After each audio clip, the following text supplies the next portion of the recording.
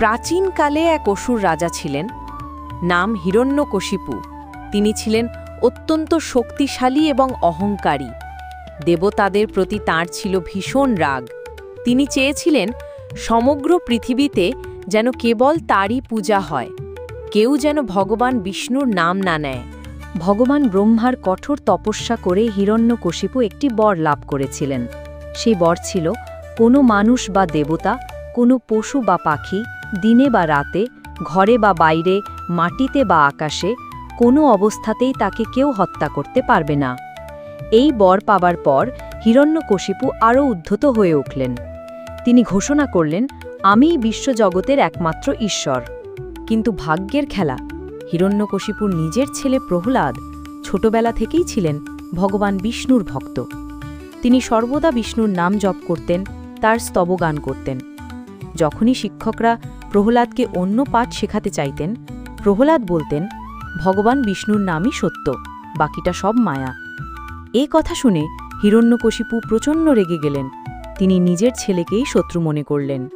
একদিন তিনি প্রহ্লাদকে ডেকে বললেন, তুমি কেন আমার বদলে বিষ্ণুর নাম জপ করো? আমিই সর্বশক্তিমান।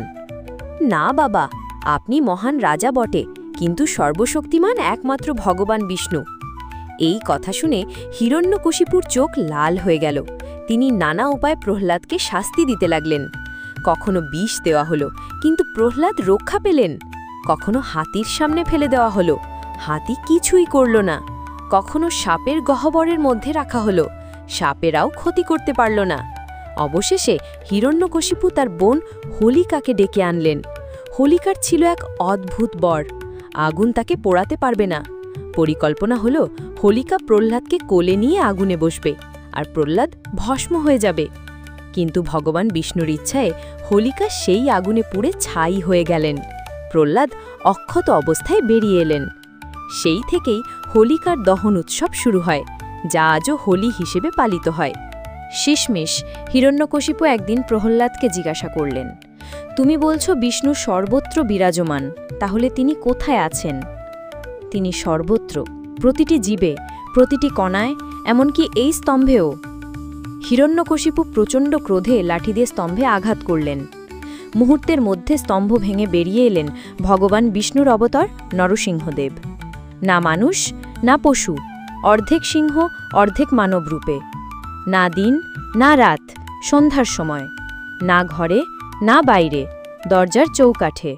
না মাটি, না আকাশ, নিজের কোলে। এই অবস্থাতেই নরসিংহদেব হিরণ্যকশিপুকে ছিন্ন ভিন্ন করে হত্যা করলেন।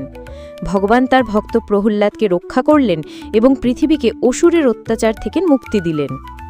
এই গল্প আমাদের শিক্ষা দেয় যে সত্যিকার ভক্ত, যিনি ভগবানের নাম বিশ্বাসের সাথে গ্রহণ করেন, তাকে কোনো বিপদই স্পর্শ করতে পারে না। অহংকার সর্বনাশ ডেকে আনে, কিন্তু ভক্তি সব সময় জয়ী হয়। বন্ধুরা, প্রহ্লাদ ও হিরণ্যকশিপুর এই কাহিনী থেকে আমরা শিখি, ভক্তি সর্বদা শক্তিশালী, আর অহংকারের পতন অবশ্যম্ভাবী।